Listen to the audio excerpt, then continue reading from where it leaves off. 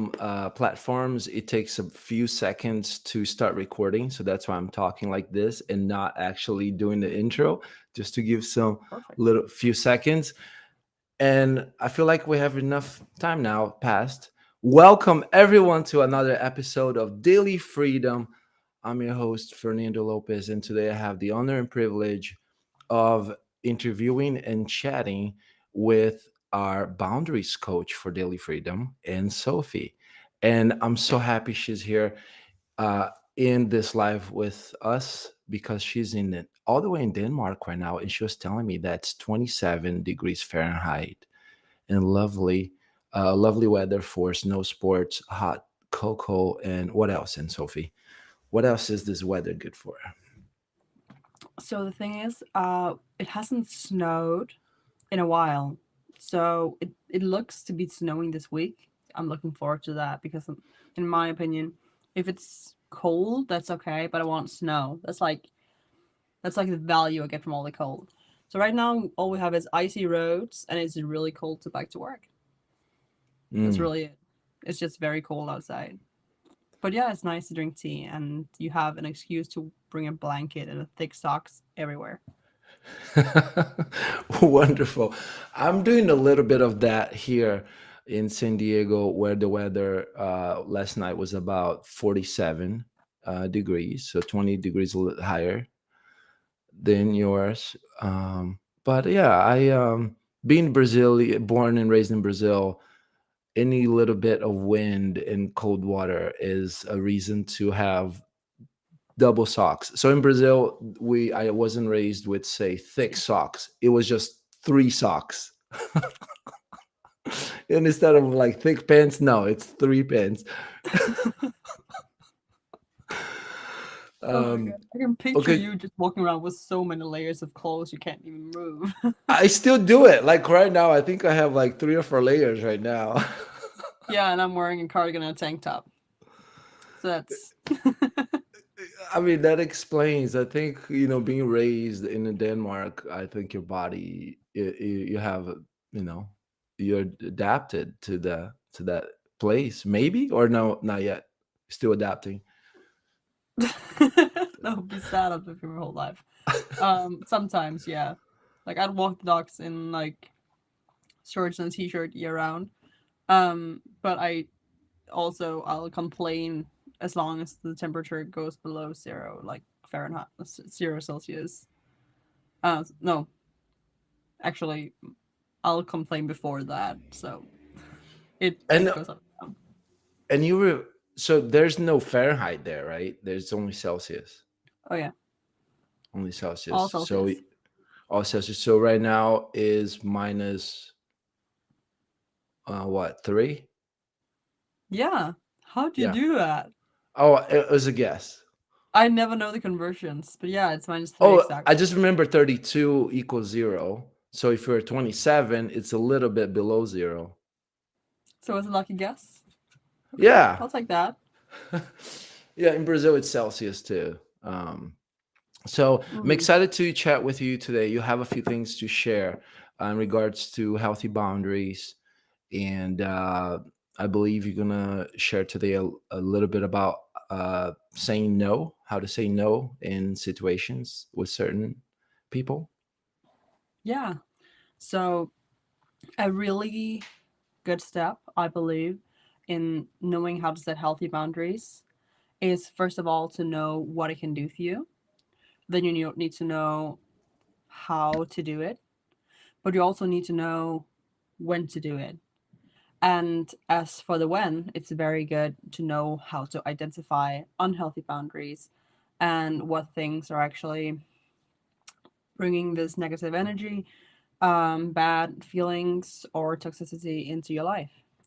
So, essentially, healthy boundaries, as we have talked about, are these limits, these walls you have around you that is your limits regarding your time, your emotions, your bodily autonomy, uh, your mental health, and the way you lead your life.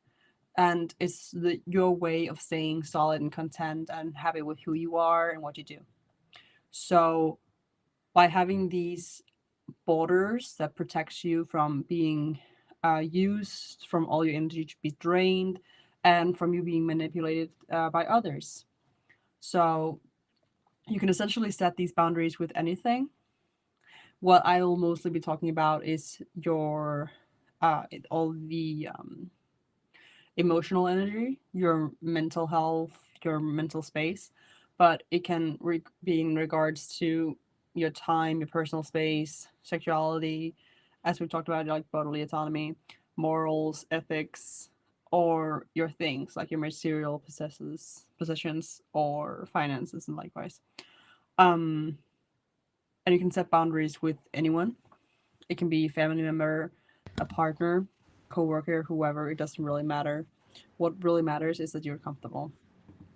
And I have made this little,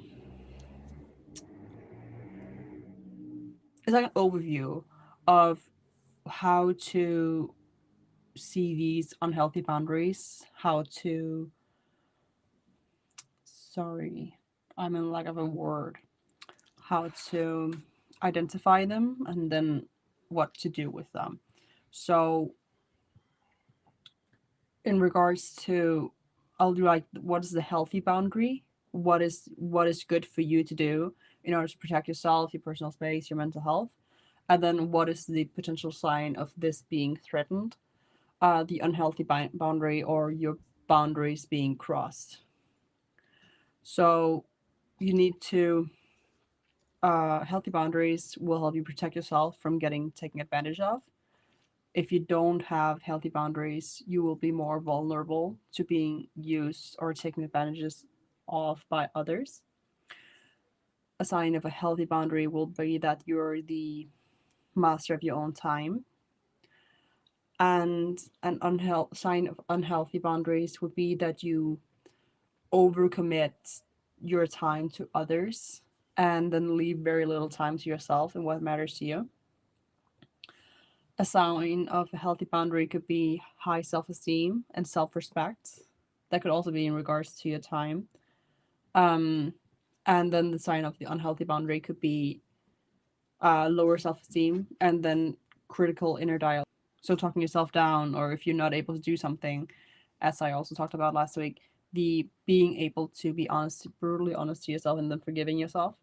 If you keep talking yourself down because you're not able to do something for others, that's also a sign of you not withholding these healthy boundaries to yourself and to others.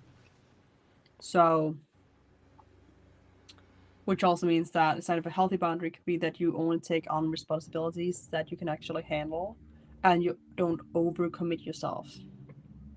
I know it's hard because you want to do it all, but it is really healthy to know what time you have, only take on the responsibilities you can handle, and then don't overcommit yourself. And thus, a sign of an unhealthy boundary could be that you just keep feeling exhausted or burned out by being overwhelmed by these commitments and responsibilities, which is also what I'll bring in a little bit about saying no. Because authentically saying no, if you don't have the time or the energy or the capacity to do something, is really healthy. And also a sign of your boundaries being crossed could be that you have a hard time saying no, because you should always be able to put yourself first in that way. Um, so healthy boundaries are essentially clearly communicating your needs and wants and prioritizing yourself and your self-care. And if you keep putting other people's needs and wants before your own, that is essentially very unhealthy. Um, sorry, I'm just trying to get an overview. Oh yeah. So in order to then figure out, once you've realized this is the bad thing, you need to ask yourself these questions like, what's causing me this stress? What is causing me this discomfort? Then, in order to get better, you need to figure out how to answer these. So, like, what do I look forward to in each day, and what do I dread in each day? What gives me energy? What drains my energy? And what areas of my life do I feel exhausted by? By identifying these, you also feel that it's easier identifying your own needs. And once you identified your needs, it becomes easier setting this clear boundary with others. If you keep feeling exhausted or drained by something that you either one don't see other, I know you shouldn't compare yourself to others, but if you don't see other people get exhausted by this, it could be that either one, you're overcommitting to something that you feel forced to by family or by your boss or something like that. Or it could simply be that um, you find yourself doing it for the wrong reasons. As once again, if you feel more inclined to do it because you feel forced to by another person, essentially, or another force. So I think it'd be making an overview for yourself, just blank piece of paper, write down all the things that makes you feel happy and stress free. It could be having a daily routine. It could be getting compliments or words of affirmation by your friends, your partner, your loved ones. It could be physical touch. It could be leaving work stress at the office and not working from home. It could be clear communication, freedom to decide how you spend your free time, or saying no to things that just suck all your energy. And once you've identified these things, it also becomes easier to execute it. So, how do you then clearly communicate these without stepping on other people's toes? Because it can be really hard if you have a friend asking you to do you a favor and it's what you'd usually be inclined to do. Say, yes, yes, I'll do this. Yes, this is something I need to help you with because otherwise I'll feel bad and you'll feel bad and it's not good. But you know you're tired. So, in order to clearly communicate your boundaries, but also in a polite way, if it was regarding your time, if you could say, I can only stay for this long. Like, I can only stay here for an hour. Or you could communicate beforehand. If you're going to be late, please let me know. If you're going to stay later tonight, please let me know ahead of time. That way, you know what to prepare for, and it also becomes easier for you to choose how to spend your time. If it's about your energy, which is 100% valid, you could just say, I don't have the energy to help you with this problem today. But maybe this resource, this website, this person can help you. That way, you redirect them. It seems more polite, but also it is 100% valid to just communicate you don't have the energy. You don't actually have to explain to the person or figure out an excuse.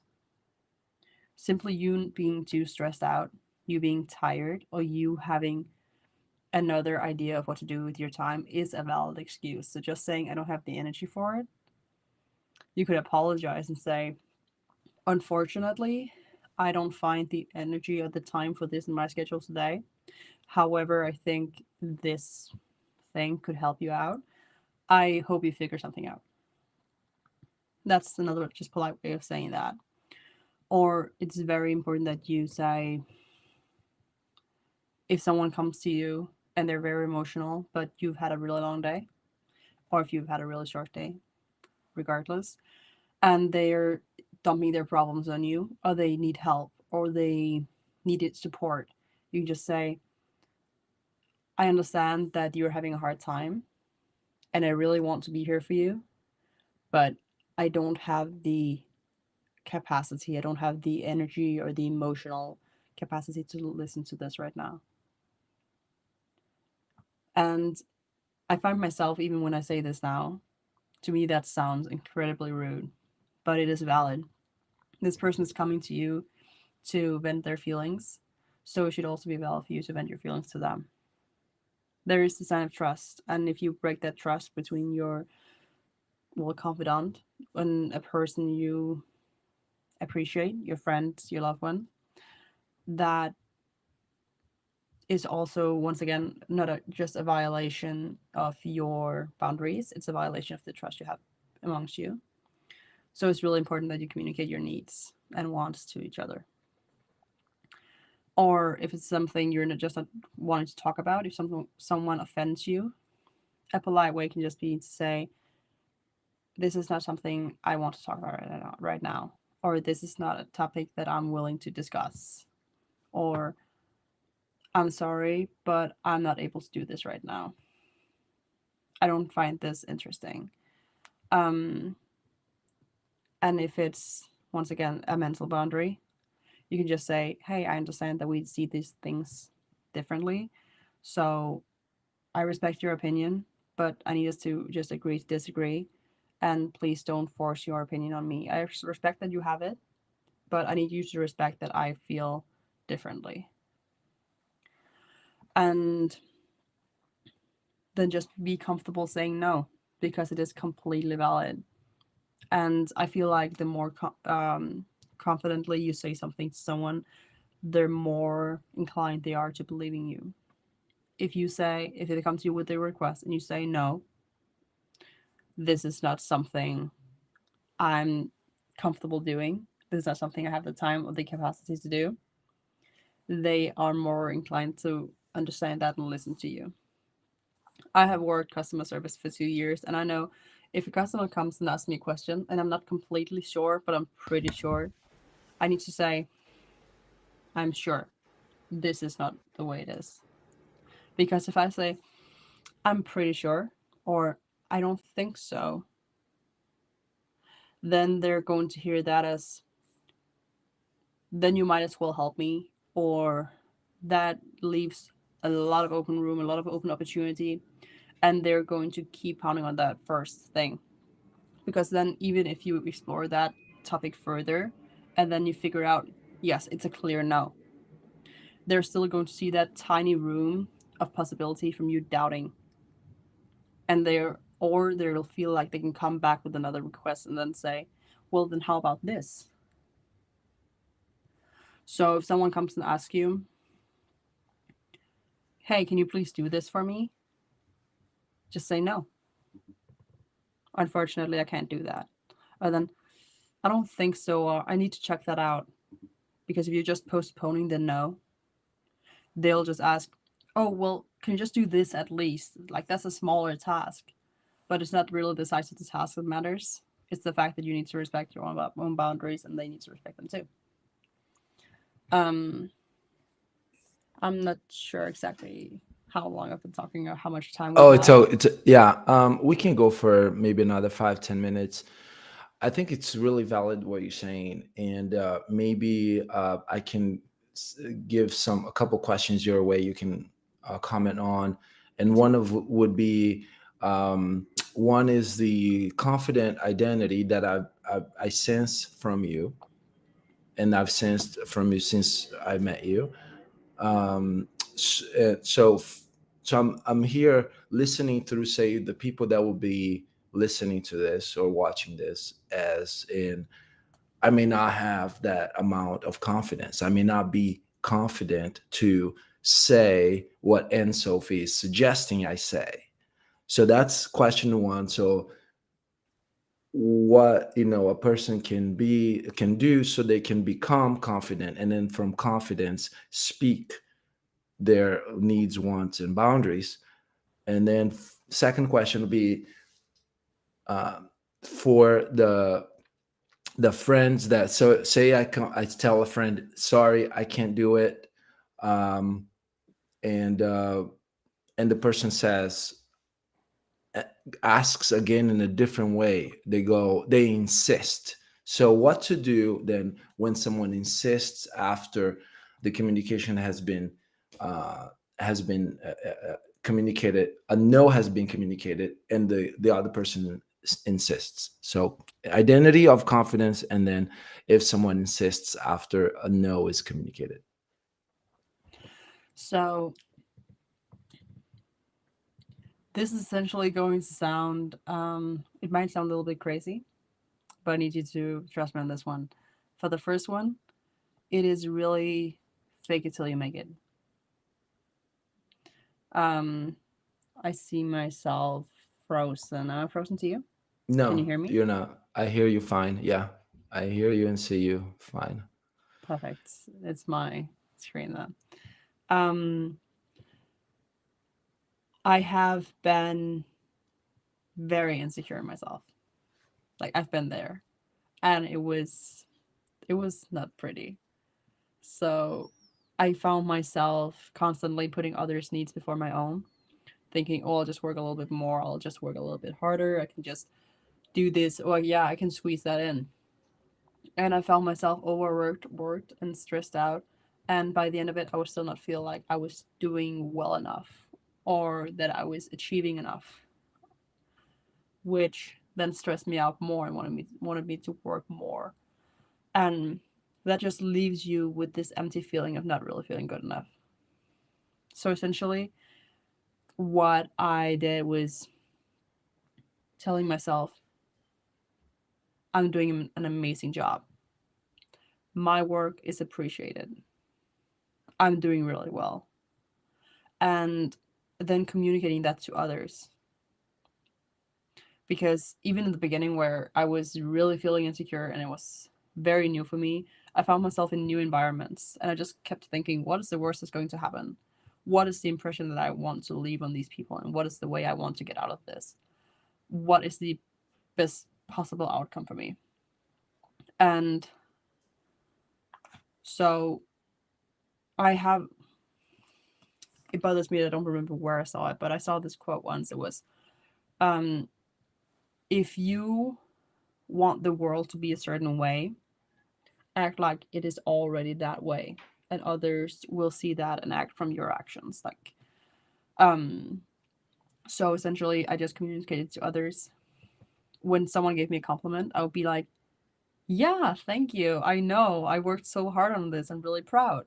Instead of saying, "Oh, thanks. It's nothing." Just say, "Yeah, I did an amazing job." If someone compliments your outfit, say, "Thank you. I also really love it. It's really good." So affirm your compliments. Let other people know that you're confident in yourself. They will perceive you as such, and that'll make you feel more confident. It is really just fake it till you make it. Because once you realize that it is just it's all how you perceive it, it is all how you picture it for yourself, the glasses you wear, so to say, so to speak. Um, Others will see that as well, which will then once again reflect positively back to you. Um, and yes, that might be hard, but if you, it's like we've all had that one thing. It's only you who see it. You can go out into the world and have a giant pimple on your cheek, but no one sees it until you say, "Oh my god, this pimple is so annoying," or "I can't think about anything else," or "Oh, I'm so sorry, don't look at me." And then I'll look at you and be like, "What do you mean? You look fine. I didn't see it until you pointed it out." And once you point it out, they can't see anything else. So essentially, if you show your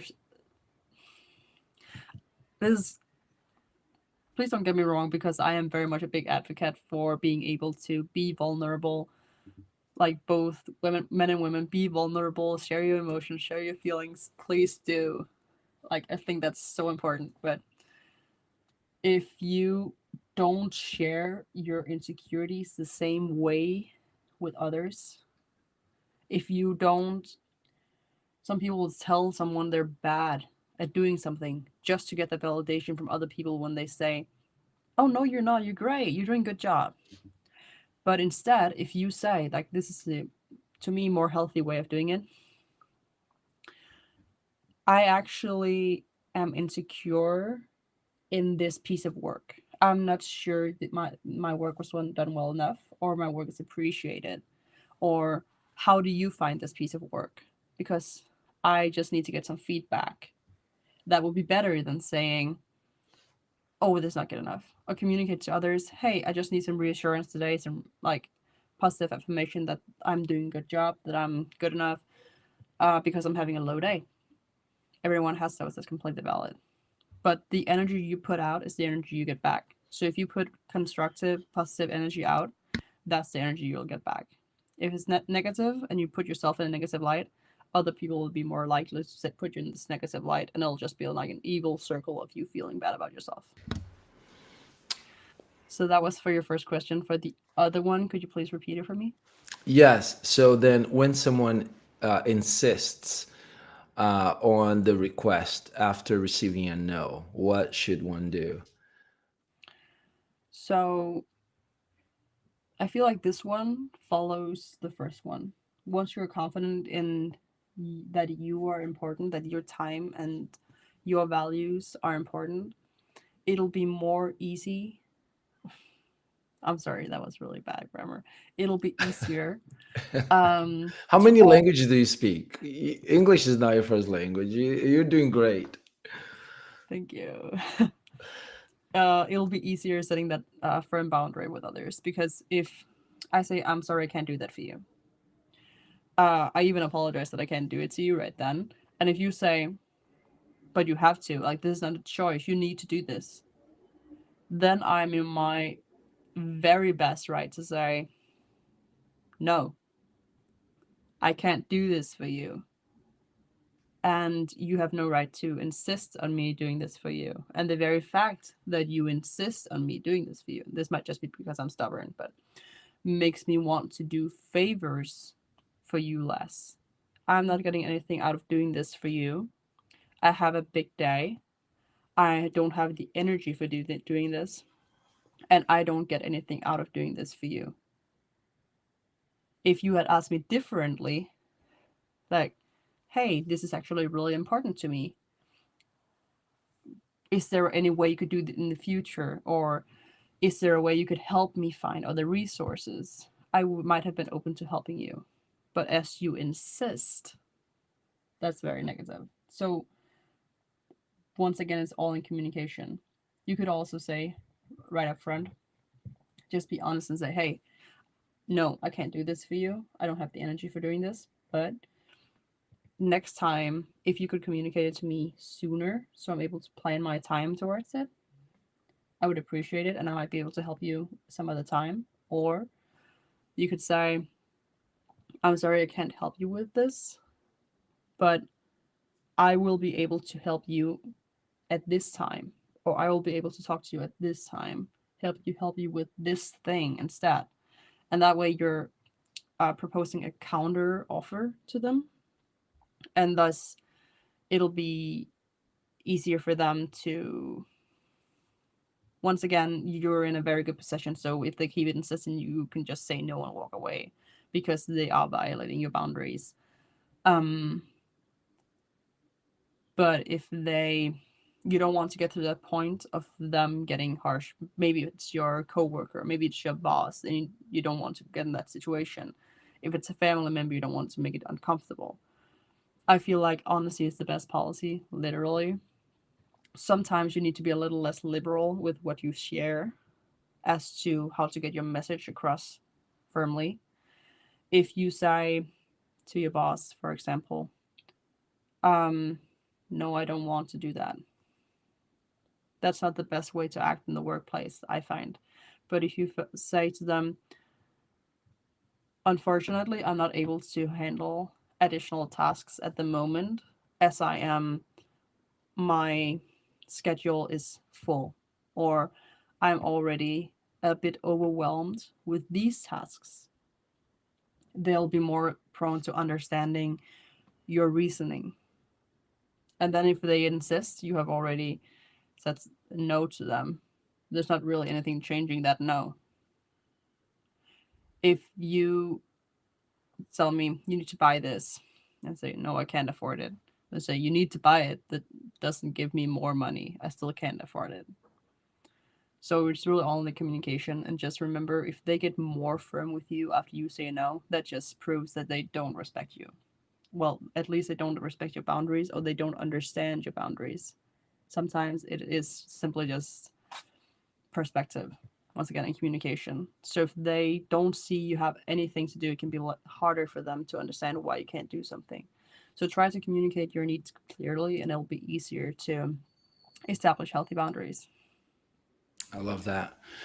A couple things that came to mind while you're talking is um, that the people in the past when I had were in relationships, either business or personal, where a person insisted with something, I noticed, I found that it was me not having, it came from them not understanding what my their schedule was, or the relationship. Even they it was and once I became more, I was able to communicate what the relationship was about. So if it's a work relationship, here are my expectations, or here are my needs, wants, and boundaries. For those of you watching, listening, you might have heard me talk about the relationship agreement. So it's needs, wants, and boundaries. If people cannot read minds, some people can, maybe most people cannot. And for those people, we may need to share in words what those things are. So here are my needs, here are my wants, here are my boundaries. And the difference between the needs and wants is, once the needs are non-negotiable, the wants are negotiable, and the boundaries are the no, the things that could cause the relationship to not be sustainable, come to an end. And the other thing that came to mind while you're talking about bosses and communicating with bosses is, there's a story in the book, The 7 Habits of Highly Effective People by Stephen Covey, one of my favorite books ever. And the story is that there's a worker, and the boss came to the worker and said, "Hey, I need you to handle this. I need you to do this."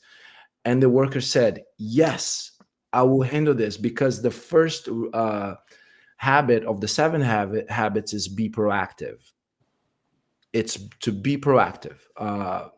So he was being proactive. He was using the first habit, and the worker said to the boss, "Boss, take a look at what I'm doing today. These are the things. These are my priority list for today. Okay, here, your priority list for today Very on my nice. hand. Now you're giving me this other one. Which of these that are already on my list for today would you like me to not do, so that I can do this thing that you just asked me? Which ones do you want me to take off my plate for today so I can do the thing you just asked me?" And then watch what happens. That might be a great conversation, or great realization in the boss's part, to understand, oh wow, I had no idea. Or or maybe he had the idea, or she had the idea, and she goes, "Oh, thanks for bringing that up. Take this one off the plate for today, and then replace that and leave that for tomorrow." So yeah, just wanted to share that on when it might be something someone could use when anyone comes to you asking for to do something in a project, and there's no room for it. Just ask, "Okay, yeah, I can do that. Which one do you want me to not do then, so that I can get that done?" I think that's beautiful. Like honestly, I'm just thinking, yes, this is so good. Um, because once again, that is clearly communicating your stance. You're saying, this is my limit. This is how much I know I can do. I have planned this out. So yeah, sure, I will help you, but that brings this onto you. Like once again, then that's your responsibility, and I think that's beautiful. And what you said about your needs and your wants and your boundaries, about them being negotiables, non-negotiables, and no-nos, and how I communicate them. I have seen some experts on relationships and on communication talk about people will expect, especially in relationships, people have a tendency to expect things from their partner. So, for example, maybe maybe he's a big football fan and he wants her to go to games with him, or she wants him to be more initiative and plan more nights out. Then the first question to ask yourself is, well, did you ask them? Did you tell them? Did you communicate this to your partner? If the answer is no, I actually didn't, then once again, as you said earlier, not all of us are mind readers. Sometimes you need to communicate it to your partner. And I have seen a girl post, I asked my boyfriend to get me flowers, and now he does. Why is it such a bad thing to have to tell your partner, I actually appreciate this gesture. I would appreciate if you did this for me. It doesn't make the gesture any uh it doesn't make it any lesser of a nice thing or good thing or a thing that would um once again, I'm sorry, a thing that would make your day easier essentially or better, add to your value. I'm sorry, can you hear me? Because you Yes, I are hear you frozen. fine. Yeah, I hear I you fine. Great, you're frozen, so I was just N- checking Yeah, that everything's still going through well. everything's going through. Um It's a very good point, and yeah. Sophie, that you're making about. It reminds me of the book, "The Men Are from Mars, Women Are from Venus." You may have you Yes. heard ever? I have the book. I haven't actually gone around to reading it yet, but I have it in my bookshelf. Oh my gosh, that's a fun one. I listened to the audio years ago and learned tons of things. And one of the things I learned is to be okay asking for the gifts that one wants. So, say flowers, um, or say certain treats like feet massages. For me, as a soccer player, I love feet massages.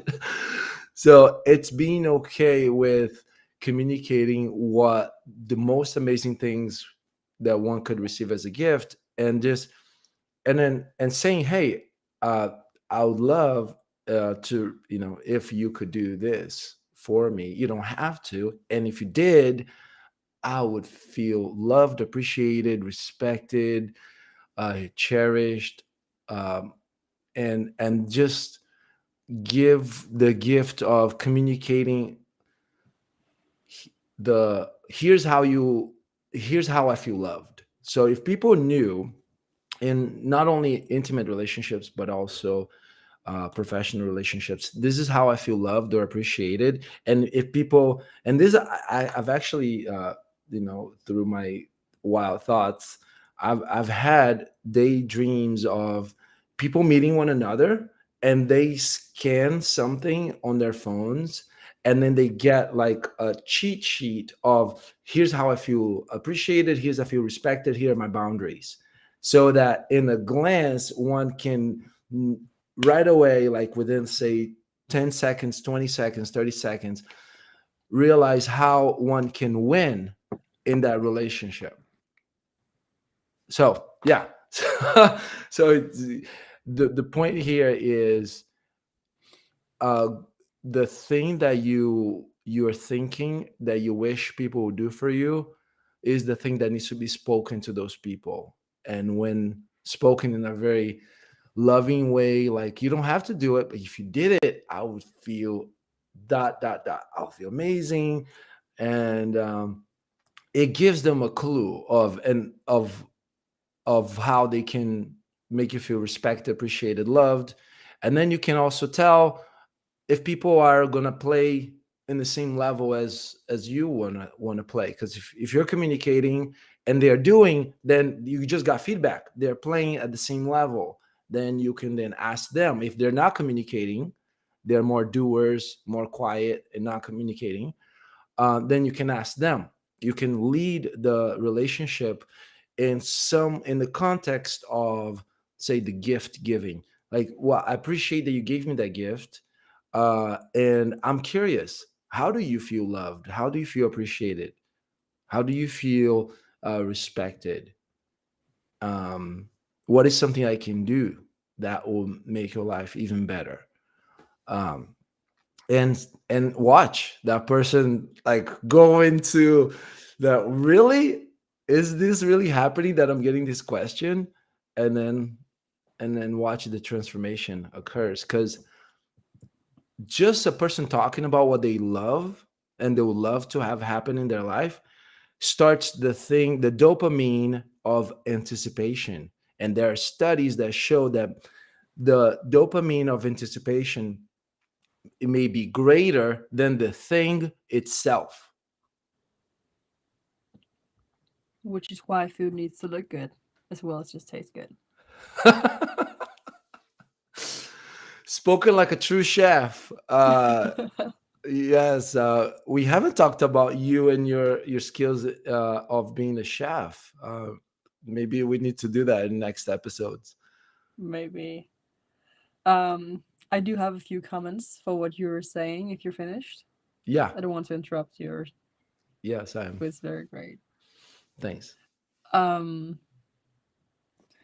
so I do believe that that is completely true.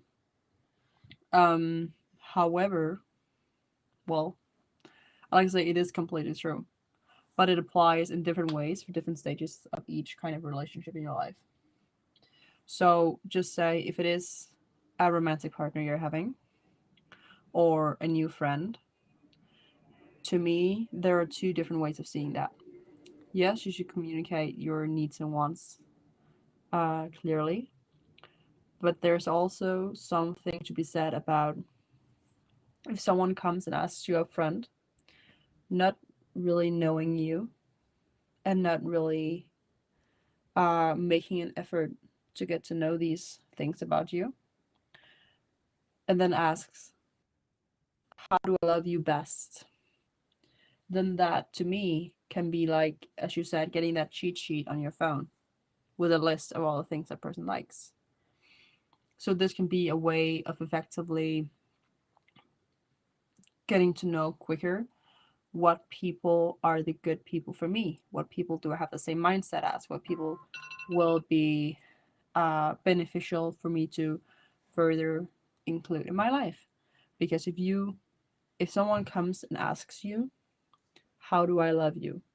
How do I bring good things into your life?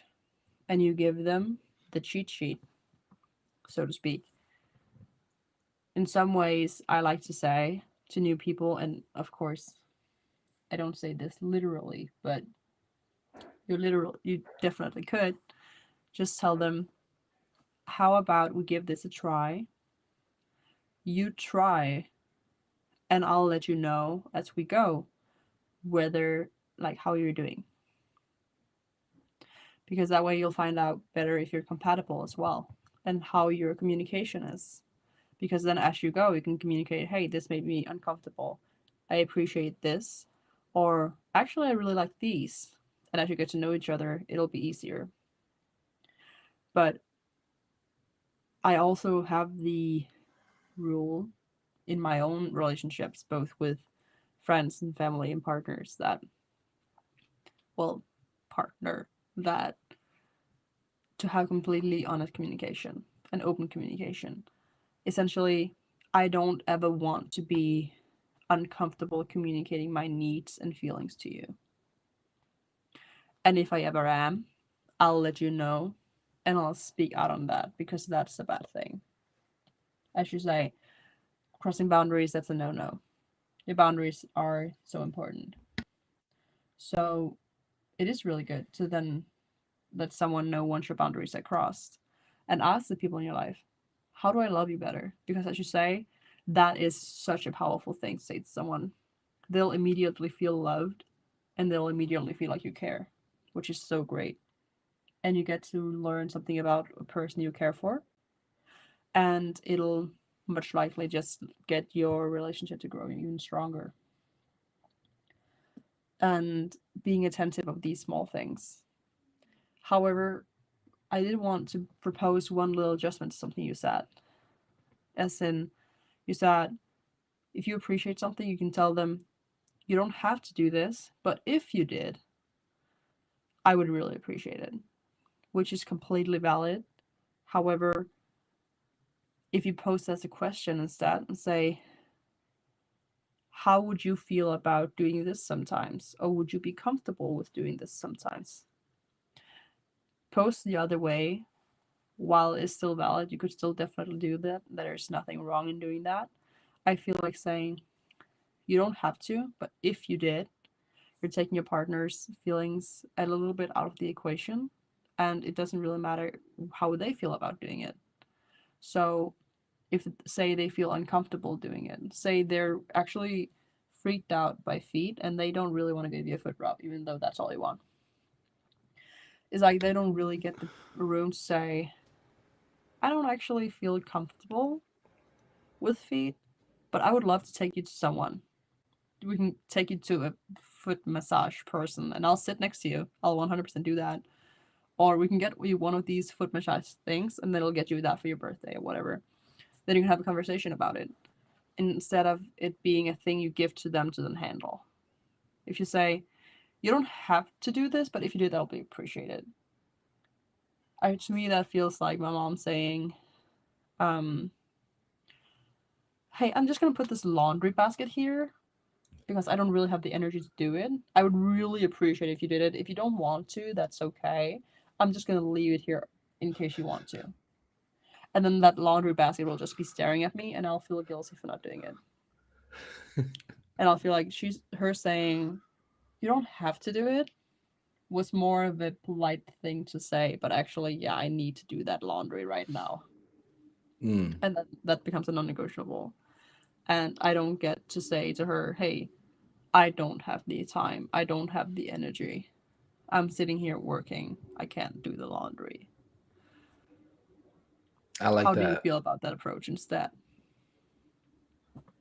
Yeah, I love that. I'm gonna try that on. Yeah. So how do you feel? Um, if you how do you feel about doing dot dot dot? It would make me feel dot dot dot. How would you feel about doing that? And then pose it as a question instead of a suggestion. Exactly. You say, would you feel comfortable doing this? Or you can post it as like a statement saying, I'm sorry if I'm putting too much effort on yours. Please let me know if that makes you uncomfortable. But I really love foot rubs. That's a thing I really appreciate. And I would appreciate if you would do that for me sometimes. And then your partner still has to, of course, they can still say, actually, I don't feel comfortable doing that. They can 100% do that. You can still say that way. But also, it might be valid before you get to that state to then decide for yourself whether, as we talked about earlier, is this a need or a want? Is this a non negotiable? Because if you need something from your partner, that you need to say that in a different way. And then before you go into that conversation, it might be a good thing also to have your mindset on what if they're not comfortable doing this?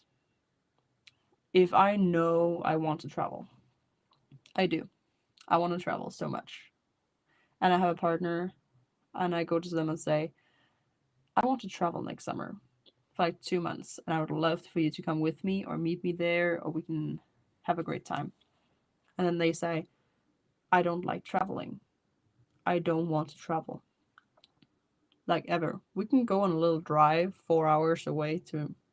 I live in Europe, keep that in mind. So I can drive to Germany and the Netherlands or pretty much anywhere in Europe. So like we can go for a little drive to the Netherlands, stay there for 2 days, and then come back. But I don't want to be away for any more than like 4 days. To me, that would be a non-negotiable, and that would say then that is probably a factor as for how compatible we are. Because yes, you could try doing more of my interests. You can try it out, see how you feel about it. If you're not uncomfortable, then maybe we're just not compatible. So for me, if that's non-negotiable, if they're not comfortable doing it, that would mean something different for me than just, oh, that's okay. And then I need to figure out how do I feel about doing that alone. Could I do this with a friend instead? Could I do this with a colleague, a family member, before we have the conversation? I love that. I love that. Wow. I think this is setting the tone for our next conversations in the context of creating a class, a course of training for boundaries. So I'm letting everyone watching, listening know that it's in the works, and I'm very excited about it because I feel like we set the tone, we laid the foundation for um, tons of scenarios, conversations, role plays that people can start to embody, practice in their lives, and watch what happens with their confidence, their self-esteem, their even their physical health from having healthy boundaries.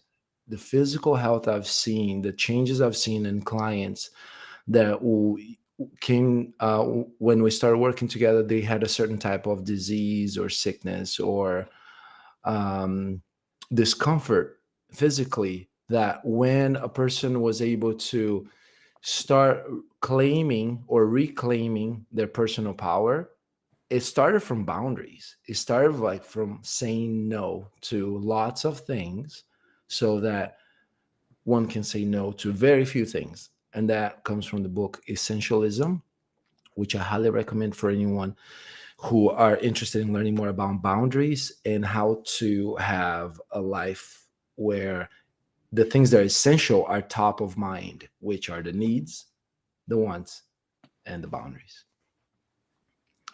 So thanks, and Sophie. We went way over time, but I think it was necessary for today for what we're creating and co-creating. And Certainly. yeah, anything else you'd like to share before we close? Um, no, I think we pretty much covered it. Otherwise, we will cover it in the uh, well, sessions to come. Also, thank you so much for today. I thought it was so productive and it was so inspiring, and I'm really excited for what's to come. Awesome. Thanks, and Sophie, for everyone watching and listening. What are your takeaways from this conversation? Comment below, like, share, subscribe. And if you want to take your inspiration that you've received today or you co created today by listening to us, if you want to take it to one step further, is pick up the phone and share your takeaway with someone else. Like, this is what I just was inspired to do.